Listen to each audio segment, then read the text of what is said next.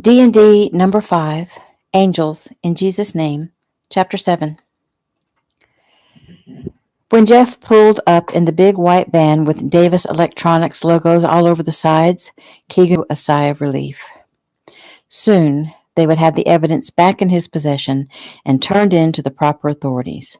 Shortly thereafter, arrests would be made, including one traitor U.S. senator, and finally, Keegan's family and Elizabeth and her girls would be safe. Shortly after Jeff's arrival, John pulled into the driveway.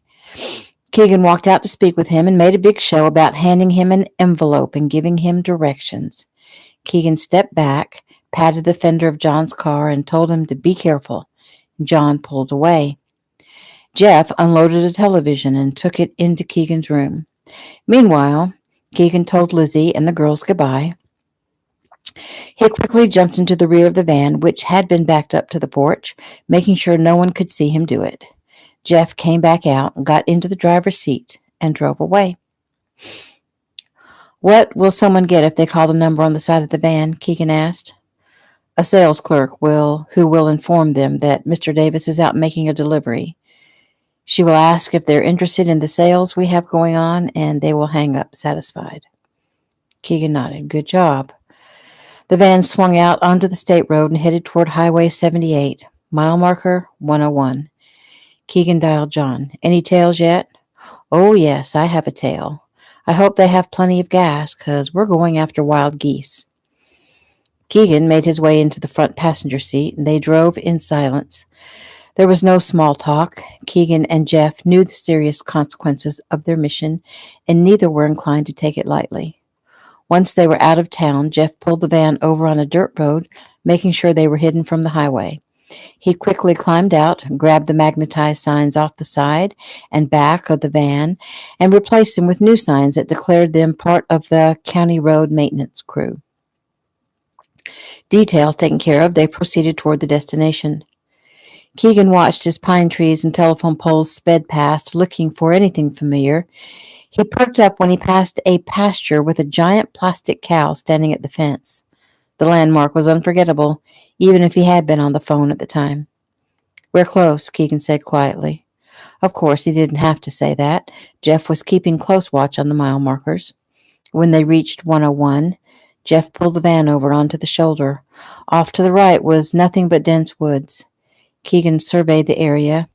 He had the details engraved in his brain. He pointed to where the shoulder of the road disappeared down a steep incline. "Down there," he said. Jeff moved the van farther down the road so Keegan's window was just above the place he indicated. There was no way Keegan could climb down and back up, even with a walking cast, so he would remain in the van and give directions through his headset. Jeff made his way down. When he turned to look over the area, it was easy to see where the car had torn through bushes and undergrowth. "Very close to where you are, you should see two small trees together, about 10 feet high, growing very close together."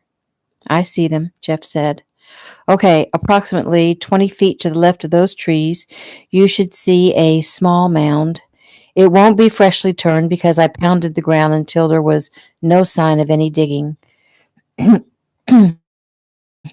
Moving slowly over the area, he looked up the same time as Keegan when they heard the rumble of approaching motorcycles. The bikers came to a halt, one just in front of the van and one just behind. "Looks like we got trouble," Keegan said. "Nah," Jeff said with a grin. "Looks like we got help. Keegan, meet agents Dan McGraw and Matt Lane." They each nodded at Keegan, but neither left their bikes.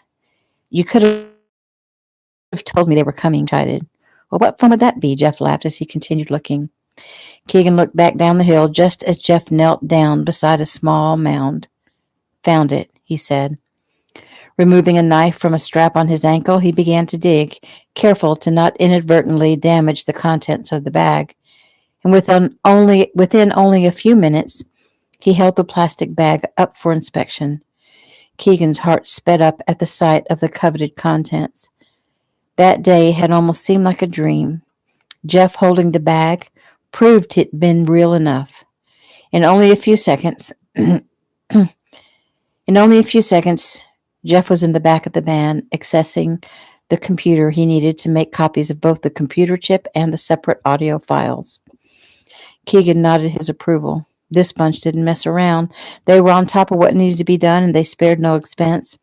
And as if thoughts of Mr. Lee and his security company conjured it, Keegan's phone rang. Tanner, Keegan answered. Agent Tanner, this is Jason Lee. Yes, sir. I'm assuming you and Agent Davis are in possession of the evidence needed to put the bad guys away? As of just a few minutes ago. Good. I've just received information as to who blew your cover up in Tennessee. First, let me assure you I've checked out your superior officer, Nigel Court, very thoroughly, including audio surveillance, and he is dedicated and loyal.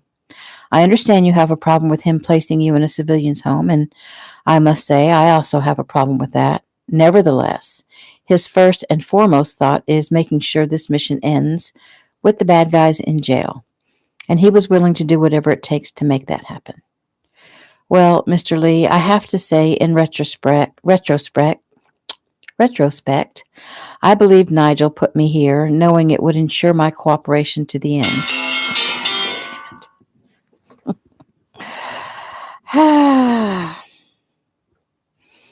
Let's see. Well, Mr. Lee, I have to say in retrospect,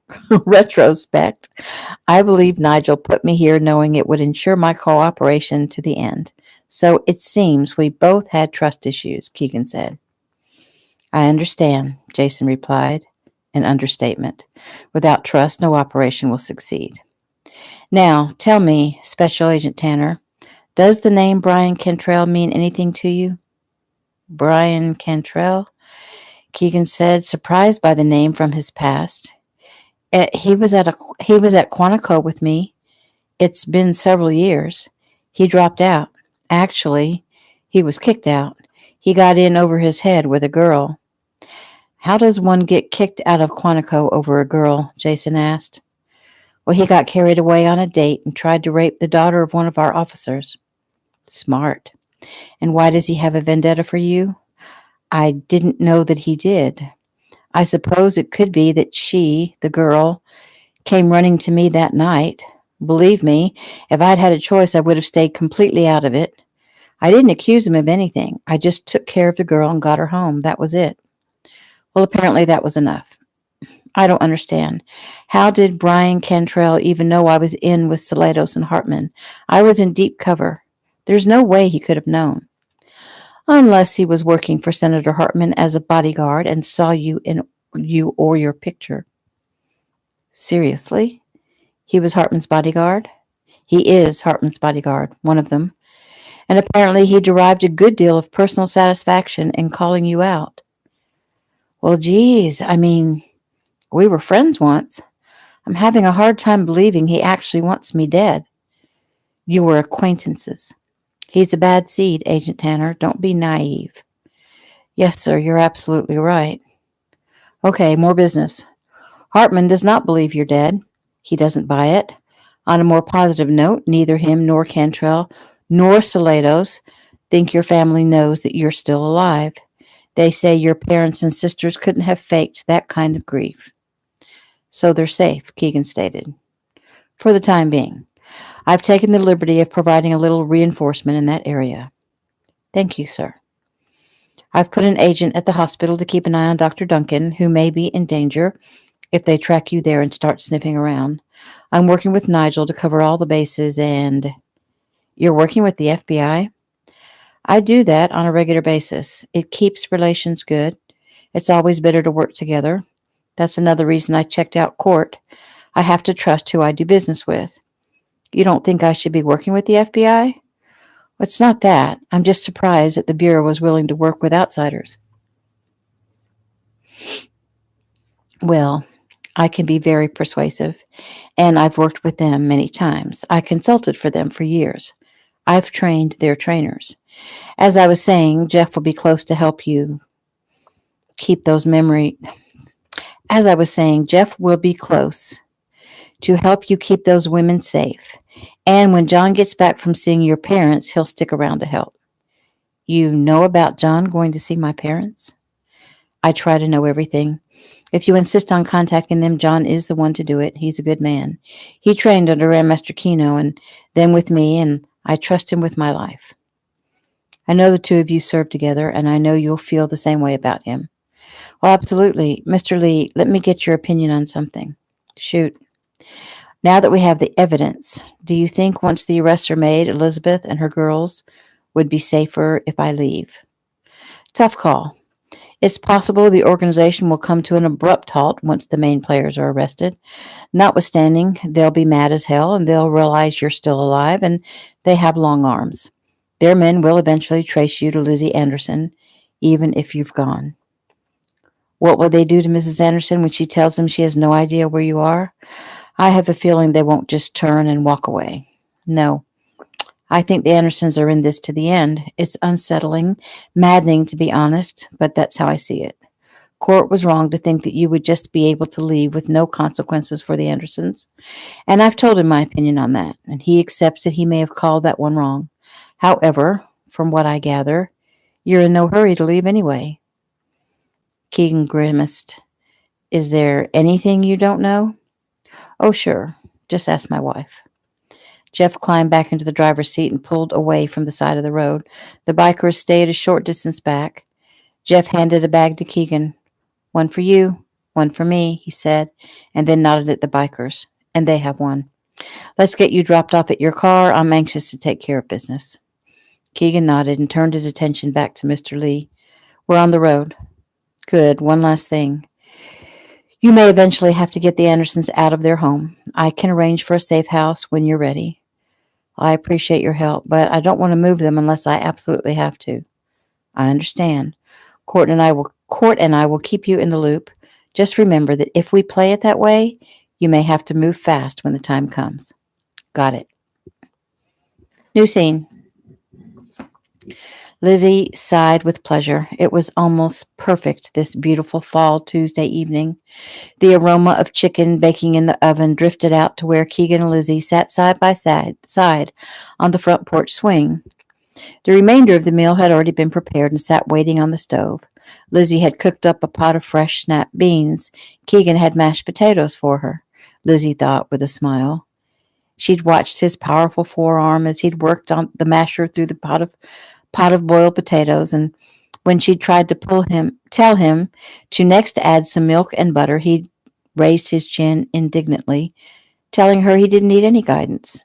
She'd grinned at him, but offered no more advice as he added the milk and butter, turned on the electric mixer, and added salt and pepper until he nodded in satisfaction.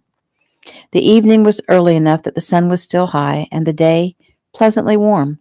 Keegan's arm draped loosely across the back of the swing behind Lizzie, and she leaned her head softly against his shoulder.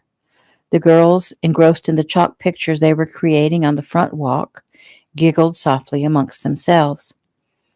After dinner, would you like to go for a walk? Keegan asked. Smiling, she turned her face up to him. I'd love to. She was wearing the sweet smile that was her normal expression, Keegan observed. It was a definite lure for him, even though he was sure she didn't realize that. He bent his head and brushed his lips softly across hers. He'd meant it only to be a chaste kiss, but he couldn't resist going further. Her eyes closed as she gave a soft moan in the back of her throat. Keegan looked up at the small pat he felt on his thigh, and Heather stood at his knee. It's okay if you kiss my mom, she said precociously. Oh, is that right? Yes, you're like her boyfriend, right? He looked to Lizzie for help. He wasn't quite sure what she wanted to tell her children about him. Yes, Lizzie said softly. Does that upset you? I like Mr. Mike. He's funny, and I want him to be my daddy because our daddy went away and all the kids at school have a daddy, but I don't. Would you like to be my daddy, Mr. Mike? Oh, sweetheart, Lizzie jumped in. Let's don't ask that of Mr. Mike right now, okay? Let's just help him to get well. After dinner, we're going to go for a walk. Does that sound nice? Where are we going to walk? Keegan leaned forward. I was hoping you girls would show me that little shortcut you took through the woods. He didn't tell them he intended to show John and Jeff, and that they may make use of it if it became necessary. Oh, sure, we can show you, but you're probably going to have to help Daisy and Lily. He smiled. I think I can handle that. Lizzie rose. Come on, girls, she called. Let's go inside and eat. New scene. She watched the muscles in his arms and chest ripple as he moved around, wiping off the table, pushing in chairs. Everything he did seemed to be ultra masculine. He glanced over at her, and she gazed deep into his eyes. She was in love with him, hopelessly. It hurt so much to want him so badly, and to know that there was no way he would want to stay with her and her 5 kids. He'd frozen earlier this evening when Heather had put him on the spot. Lizzie had the feeling she'd rescued him. Well, what had she expected? She hadn't very well thought he would say, "Sure, Heather, I'd love to be your daddy, which means I'll have to marry your mom." Still, she could dream, couldn't she? Mike himself had encouraged her to do so, and so now she pretended he was hers to keep. She pretended he loved her and lived with her here in this old house, or maybe in his home in Denver. He probably had a fine house in the mountains. He would make love to her every night in front of a crackling fire. He'll tell her he loves her and that he'll always love her. And she would tell him how much she loves him, and what a miracle it is that they found each other. The reality of the situation asserted itself again. He didn't love her. However, she did love him, and she wanted to tell him so. Not to put pressure on him. She just wanted him to know. It would be okay to tell him, wouldn't it? She'd already told him it was a probability. She could tell him how she feels and let him know that she expected nothing in return. She looked at him again. He had a lovely, pained look on his face, and she smiled. "What are you smiling at?" he asked. "I love that look on your face." His brow furrowed. He was usually pretty good at schooling his features. He shook his head. "What look do I have?" "It looked like you were struggling to decide if the chairs were in just the right place, and was there any sticky spots left on the table." He chuckled, a sound she loved. "Well, I don't want to mess up the chore, or you won't let me help you any more." She left the sink and came to him and wrapped her arms around his neck. "I'm not that much of a taskmaster, am I?" "Not sure I'd call it a taskmaster. But if you're even noticing my facial expressions, then I think you have an eye for detail." "Did I miss a spot?" He leaned down close to the table and eyed the surface and wiped again. She giggled. "I'm just thoroughly enjoying every little nuance of this experience." "What experience is that?" She motioned around her. "This beautiful domestic experience. Me doing dishes, you cleaning the table, the girls playing quietly in the other room. It seems so peaceful, so lovely." "I agree, Elizabeth." He bent his head and kissed her. "Oh, Mike," she purred softly. "Oh, Elizabeth," he mocked.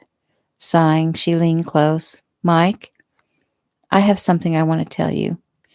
He eyed her curiously. "Are you going to tell me that you just can't live without eating pickled pig's feet once a month?" She giggled. "No." "Are you going to tell me that you have a secret obsession with Tom Cruise movies?" "No," she said again, running her hands over his chest. "I mean, I do, but that's not what I was going to tell you." He raised his head. "Really?" "Me too." She laughed, and he touched her nose. "Okay, I'm listening. What do you have to tell me?" Lizzie looked down and drew a quick breath and looked back up. "I love you." His sharply indrawn breath forced her to go on quickly. "It's okay, Mike. You don't have to love me back. I didn't tell you so you'd feel like you have to say it back to me. I'm just so full of this feeling. I thought I would burst if I didn't tell you." "Elizabeth, She placed her hand over his mouth. "Please, Mike. You don't have to say anything. I mean it. Please, just let me have my say. I love you. I've never felt for anyone what I feel for you. Since Bradley, no man has ever spoken to me like my opinion matters. No one has cared if I'm tired or sad. And certainly no man has given 2 figs about the children. I've never met a man who makes me feel what you make me feel. Not even Bradley. And I just wanted to say that I love you. And I'm grateful for the chance to get to know you. And I guess I agree with Heather, as wicked as it sounds. I'm glad you had that accident and came to the hospital. That's it. I'm finished. Now, don't say anything else to spoil it. I just wanted to get it all out." Keegan's jaw clenched. He looked into the eyes of an angel. He wanted to tell her how he felt. He wanted to let her know that he loved her too. How could he not? However, he wanted to tell her when she knew his real name. He wanted Keegan Tanner to tell her that he loved her with all his heart, and he wanted to make a life with her and the girls. First, though, he had to get all this behind him. Any day now, he'd be given clearance. Any day now, he'd be able to fill her in on the whole ugly deal. Sighing, he reached out and took her face in his hands. He gazed deeply into her eyes. He couldn't tell her yet, but he could show her, he thought, as he laid his lips on hers. New scene. Keegan snapped up his phone as he glanced at the clock. 6 a.m. Tanner, he said, his heart racing. Early morning phone calls were usually not favorable. Turn on the TV, John said. Keegan grabbed the remote and turned in the headline news. He watched as newscasters spent 15 minutes telling about the arrest of one Anthony Salados, the head of a black market baby organization. They mentioned others arrested, including Victor Washington. Finally, they got to the meat of the issue. Senator Jack Hartman of Massachusetts is being called in front of a committee to discuss his involvement with the organization and to answer for certain accusations. Yes, Keegan said softly. He returned his attention to John. Where are you? I'm in Knoxville. I'll be meeting with your parents shortly. I'll be back in Atlanta by this afternoon. Fan-freaking-tastic. Yep, Keeg, this is all about to be over. You know, though, you can't lift your cover yet. We've got to round them all up. As of right now, Salados and Hartman are figuring out that you made it back with the evidence that will put them away. Yes, John, I know all too well. Keegan drew a deep breath. Listen, John, be careful today. They could be watching my family. I don't want them going after my family, and I don't want them going after you. Amazon is making a delivery, Keeg, some books that were ordered on how to cope after the loss of a loved one. The information we wish to deliver is included in the box with orders to destroy immediately once it's read. There's also a cell phone. They'll have one contact on the phone, me. I don't want to risk putting them in touch with you yet. I'm grateful to you, John. You don't have to tell me that. Keep your eyes open, man. I better not have to go back to them with a different message. Will do. New scene.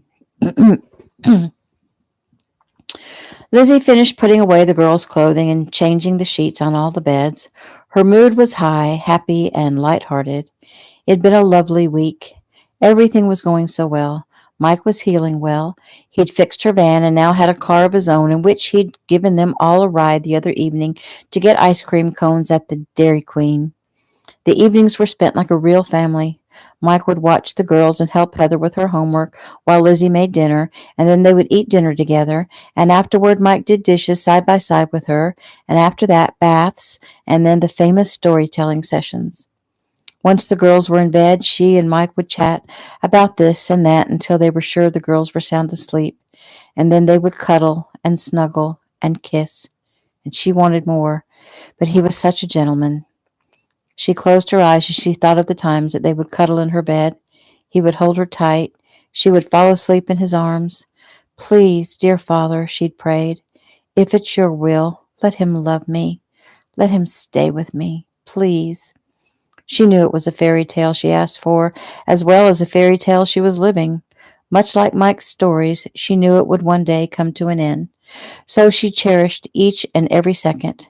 Any day now, he would tell her it was time for him to get back to his former life. Today, Mike had been kind enough to keep the girls occupied out in the backyard while she finished with her chores. Heather had come home from school, thrown down her backpack, and headed straight out to join Mike and her sisters. Lizzie could hear shrieks and laughter. Stealthily, she moved to the back door and peeked out to see what they were up to. Mike had a rake and had made a huge pile of leaves, and the girls were running and jumping into the pile. When Rose almost jumped right on top of Daisy, Mike stopped the game and gathered the girls around him. A minute later, they came running toward the house.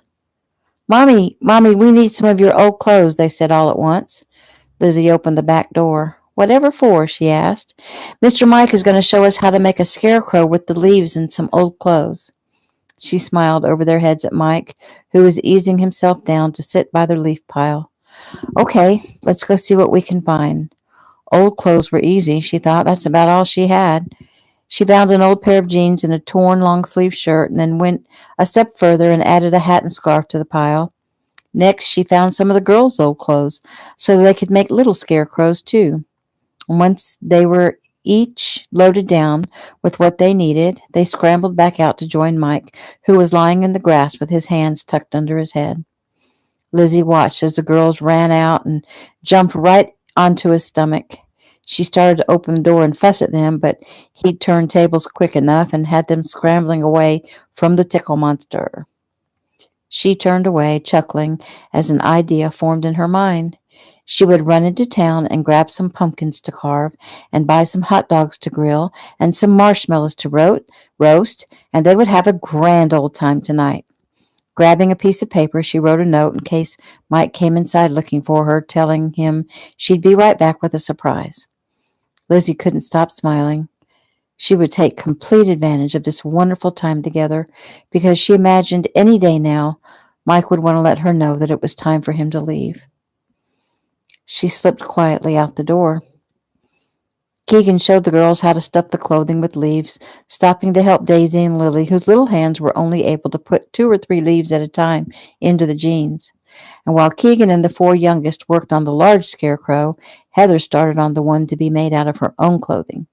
He smiled at her when she raised her head to seek his approval on what she'd done so far. "You're doing a great job, Heather," he said with a grin. "My teacher at school says I'm very good at crafts. I told her that's because my mom does lots of crafts with us." "She does?" "Uh-huh. We make stuff all the time. We do finger painting, and we made tambourines out of paper plates, and we made flower things out of tissue paper, and we cut stuff out of struction paper and glued it on stuff. Mommy is lots of fun." "Yes, she is," he said softly. The conversation was cut short when one of his cell phones went off. He pulled the phone that could only be Nigel and pressed it to his ear. "Tanner." "We got trouble, Agent Tanner. I need you to get Mrs. Anderson and the girls out of the house." He could feel the blood drain from his face. "What do we got?" "Both Dr. Duncan and one of Ameritech's men have called me within the last 15 minutes. Dr. Duncan called to let me know that a couple of men came into the hospital asking about a man who'd been in a car accident several weeks ago. They described you. Duncan told them he remembered you, but then he recalled he wasn't supposed to give out any information about your whereabouts and told them he had no idea where you went once you were released." "Okay, so I've got some time." "I don't think so. Ameritech's man said he overheard some of the nurses talking about you. Apparently, a couple of men questioned them. I'm assuming the same guys. The nurses told the same story, and they mentioned you by name. Michael Moreland, right? So then what's the problem?" "Well, thinking the men were friends of yours, the nurses commented on your looks. And wasn't it a shame Nurse Liz couldn't have hit it off with you? The men seemed very interested in this nurse and asked how they could contact her. And when they were told that she left off working at the hospital about the same time you were discharged, the agent believes they put 2 and 2 together. It's only a matter of time before they are able to track down her address." "Damn. When did this conversation take place? How long do you think I have?" "Conversation happened about 3 hours ago." 3 hours, and I'm just now finding out? Well, the moment the agent heard the nurses talking about their conversation with the men, he called it in." "So where was he when the men were there?" "He was tailing Dr. Duncan while he went to lunch, since his primary job was to protect the man." Keegan gave a frustrated sigh. "So it could take them days to put it all together, or they could be here any minute." "That's right. So get them out. Now. There are agents there outside the house. They'll stand by until you're out." "The same agents that followed my friend around while I retrieved the evidence?" "Great. Just get them out, Tanner, and all will be fine." Keegan hung up. "Girls, we're going to go on a big adventure." "Yay!" the little ones cried. "I want to finish my scarecrow," Heather said adamantly. "Sorry, we have to go now." He picked up Daisy and Lily and started toward the house. "But now," Keegan barked. Heather started to cry. He drew a breath and turned. "I'm sorry, Heather. I didn't mean to yell at you, but sweetie, this is very important. We have to go get some clothes packed, and then we're going to go on a trip." Where are we going? Down to a ranch that has horses and cows. She sniffed. I love horses. Mommy says one day I might get to learn to ride one. Well, the place we're going has lots of horses, he said. Come on, let's hurry. Okay. Keegan burst through the kitchen door. Elizabeth! He didn't know how much time he had, but he did know a short, trust me type of explanation would be best for now. Elizabeth, he called again, bending down to place the girls on the floor. Go get your clothes, he ordered. Keegan rushed to Lizzie's room, and when he didn't find her, he looked out the front door. The van was gone. He felt like his heart would explode. He limped back to the kitchen and found the note on the counter. Mike, I ran out to get a surprise for you and the girls. I won't be too long. I love you, Elizabeth. Okay, calm down, he said to himself. He'd never been one to panic, maybe because he'd never had to look into the startled blue eyes of 5 tiny girls and know their lives and that of their mothers depended on him. He pulled out his cell and called Lizzie's new cell number, but his eyes closed with the sickness that descended over him when he heard the cell phone ringing in Lizzie's room. Opening her door, he confirmed that she'd left it lying on her dresser. He dialed John next. Yo, John said cheerfully. Where are you? John sat up quickly. I'm very close. I was just on the way over to see you. What's up? I got to get the girls out of here now. Don't know how much time I have. Elizabeth's not home and I can't reach her. John cursed softly.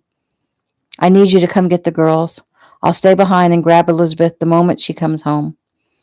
Maybe she'll be home before I get there. Either way, meet me at the other end of the shortcut through the woods, John said. Keegan closed his phone and rushed to his room. He pulled the leather bag from the closet and dumped its contents on his bed. He strapped on his holster and gun and attached a knife and gun inside his boot cast. And next he emptied the entire contents of the duffel he had under his bed into the leather bag, except for his badge, which went into his back pocket. He breathed. Now he was Special Agent Keegan Tanner.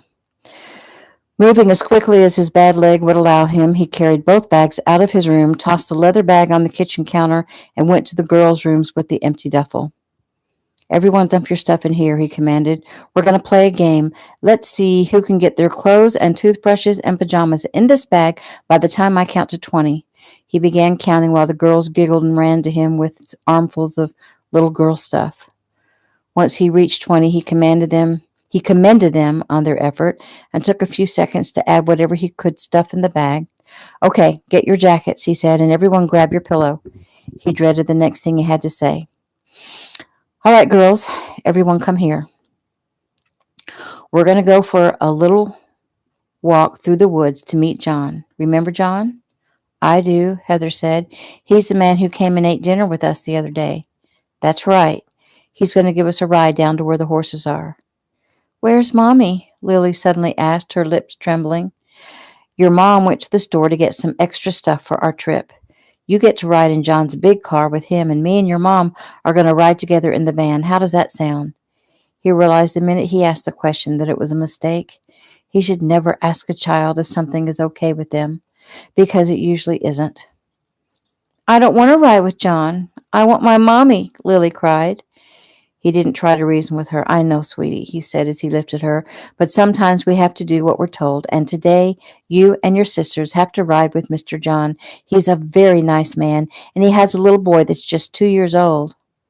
2 is just a baby, Rose said. Can I hold the baby? Yes, when you get to John's house. Okay, everybody has their pillow? Yes, Heather answered, seeming to sense the importance of the event. Then let's go. John's going to meet us at the end of the shortcut through the woods. Accepting her fate, Lily leaned her head down on Keegan's shoulder and wrapped her tiny arms around his neck. She trusted him, he thought. He hoped he was worthy of that trust. New scene. Getting the girls off had been no fun, but it had also been a huge relief. There were tears and little girls clutching at his neck, and John had stepped in and promised new toys and new clothes on a trip to Wally World to get car seats. He had added in a ride on the merry-go-round and McDonald's Happy Meals to get their cooperation, and it had worked. Keegan returned to the house, fully expecting Elizabeth to be home. She wasn't. Noticing the unmarked car parked about 20 feet down the street, he approached and spoke with the agents, asking if they'd been there when Lizzie left out. He sighed at their negative response and explained why he was still on the premises. The agents promised to stand by until Keegan and Lizzie were able to get away. Keegan walked back through the house. He'd found a suitcase in Elizabeth's closet and loaded everything of hers he could get into it, having no idea what she absolutely needed. He'd grabbed her cell phone, shoved it in the side pouch of her bag, and limping heavily from all the walking he'd been doing, he carried his bag and Lizzie's suitcase out to his car and drove the car around to park it at the entrance to the shortcut, pulling in behind a large bush. He left the keys in the car and walked back through the woods toward the house, praying she would be there. She wasn't. He didn't dare leave to find her. If he went searching for her and missed her, and she came home to find a house full of bad guys, she'd be dead. Where is she? Is it possible that she'd encountered bad guys in town? Do they already have her? Maybe he needed to go search for her after all. The agents out front could watch for her in case she returned, and his cell phone went off. Tanner. Jason Lee. Jeff is on his way. Hang tight. I had him taking care of some details, but he's on his way now. We'll have you and Mrs. Anderson out of there. The girls are with John, I know. I'm sorry, I'm just now getting to you. I have some men up in Tennessee who may have some critical information about the big shipment, and I couldn't break contact with them. You're talking about 5 blonde, blue-eyed babies? Yes. First, we've identified each of them. All 5 have been reported missing within the last 4 months. We were hoping to find the place were being held, but we found nothing. They're paying $5 million per blonde head. It'll be impossible to find where they're being held. You're right. We stick with the shipment. Rumor has it, though, that the shipment date may be changed, moved up due to the arrest of major players. I need to know the shipment date the moment you know. I will be there. You got it. New scene. Something wasn't right, Lizzie thought. Something was very, very wrong. The back door was open, and Mike stood on the back porch, a phone to his ear. The girls were nowhere in sight. Mike was wearing a holster over his shoulder, and it housed a very lethal-looking gun. However, it was the one-sided conversation she could hear that caused her heart to leap in terror. The 5 blonde, blue-eyed babies? They're paying $5 million per kid? I need to know the shipment date. I'll be there. At first, she couldn't remember how to breathe, and now she gasped in a breath, and Mike spun around to face her, tucking the phone back into his pocket. Elizabeth. She didn't move. Where are my children? She asked. He swallowed hard. Elizabeth, I had to send them away. This couldn't be happening. It just couldn't be. Her eyes bore into his. Where are they? She screamed. She moved toward him and grabbed the front of his shirt. Where are they? Calm down, Elizabeth. They're fine. I sent them with a friend, with John. Remember him? Oh, no. He's in on this too. How could you? How could you? He had no idea what she was talking about. He had no time to find out. Elizabeth, you have to come with me, now. I'm not going anywhere with you. He didn't have time to argue or reason with her. You have no choice. He wrapped his steely fingers around her wrists. Come on, now, we have to go. Listen to me. I'm in... Sheer panic and terror gave her the strength to jerk away from him. No! How could you do this? Please, God, no! She cried, taking off at a run toward the girls' rooms. He chased her down and caught up to her in Heather's room. She stood in the center of the room, her hands up to her cheeks, her eyes wide. Elizabeth, we have to go, now. He grabbed her arm, and she hauled back and swung at him. He ducked, and she scrambled away, and he caught her in the hall and wrestled her down as she screamed and cried and bucked against him. How could you? She screamed. Suddenly, she stilled as she sobbed uncontrollably. Rolling over, she looked up into his face. Please, Mike. Please don't hurt my babies. Please don't hurt them. No one is going to hurt them, he said, glancing up at the small window next to the front door. He thought he'd seen movement, but at a second glance there was nothing. Impatiently, he wrapped his arms around her waist and lifted her off the floor. We have to get out of here now. She kicked, she bucked, she screamed obscenities. She grabbed onto anything she could as he tried to get her through the kitchen and out the back door. He tugged hard to get her to let go of the kitchen counter and then the refrigerator. Damn it, Elizabeth, let go. I have to get you out of here. He swung her violently toward the door, then shoved her weight over to balance on his hip so he could maneuver out the door. He kicked open the screen and came to a complete halt. Funny how a pistol with a silencer pushed against one's forehead seemed to always accomplish that. Elizabeth had also become still. He didn't dare turn his head to see why, but he could assume it was because she was looking at a similar scenario. He took a few seconds to catch his breath as he waited for the opening he needed. He could dispose of two bad guys easily enough. He just needed the right opening. The man with the gun pointed at his forehead spoke first. "Hello there, Special Agent Tanner. Put the lady down and step back into the kitchen. Slowly now. No sudden movements." Keegan loosened his hold on Elizabeth, who hadn't made one sound, and he wondered if she'd fainted. Without turning his head to look at her, he set her carefully down. She didn't slump to the floor, so he figured she was conscious. "Rocky," a man behind Keegan called, "come in here and take this sweet thing into the other room." Three guys would be a bit more difficult, but still doable. He turned his head slightly to get a better view of the situation. The Rocky character was a giant. The huge man approached Elizabeth and ran a frying pan-sized hand over her face. "Well, hello there, gorgeous," Rocky said. "Get your hands off me, you big, ugly freak," she screeched. Keegan winced as he saw the fury behind the big guy's eyes. The backhand came swiftly and knocked Lizzie to the floor. Keegan started forward, but the gun pressed harder against his head. "Calm down there, Agent Tanner." Keegan stilled. He would be no good to her dad. Lizzie rolled over, moaning. Blood ran from her nose and lip. Rocky grabbed her by one arm, dragged her into the family room, and slammed her down into the wing-back chair in the far corner. "Move, Agent Tanner." Keegan turned and followed Lizzie. They hadn't killed them yet, which meant one of two things. Either they were told to make them suffer, or they needed information. Either way, he knew he was facing a very bad time.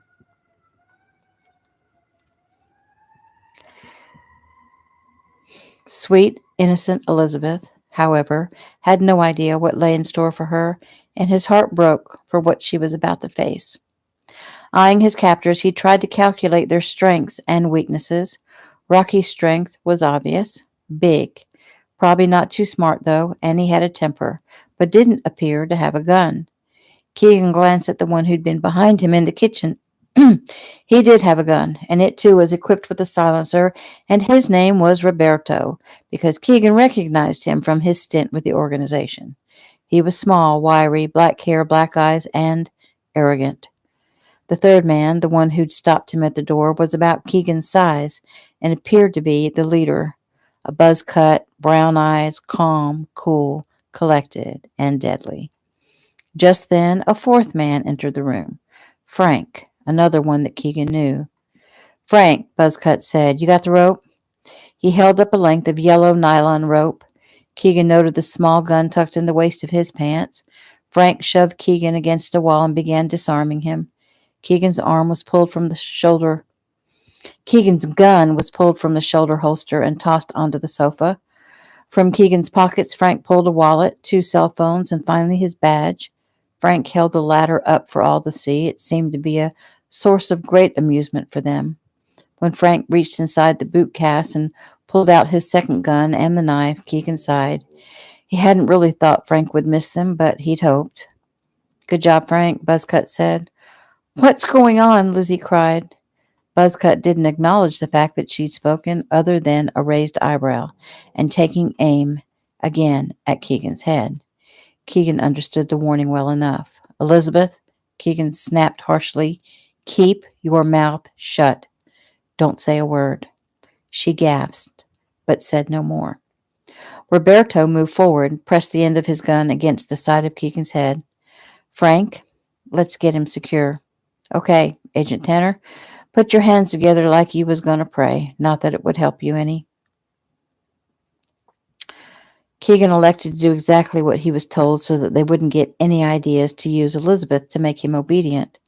Besides, if they wanted to make the mistake of tying his hands in front of his body, who was he to question their stupidity? Still, 4 at a time would be hard to take. He'd have to get them to split up somehow. His eyes shifted to Elizabeth. Her hands were together, her eyes closed. She actually was praying. Her eyes opened and bore into his, obviously trying to convey the hatred she felt toward him. Her blouse was spattered with her blood. Her body shivered uncontrollably. He couldn't think right now about the fact that he loved her more than his own life. If he couldn't save her, Heather's worst fear would come true and the girls would become orphans, wards of the state. The thought of John and his wife having to tell them that their mother was dead was too much. He wiped the thoughts from his mind. He would find a way to save Elizabeth. And that is the end of chapter 7.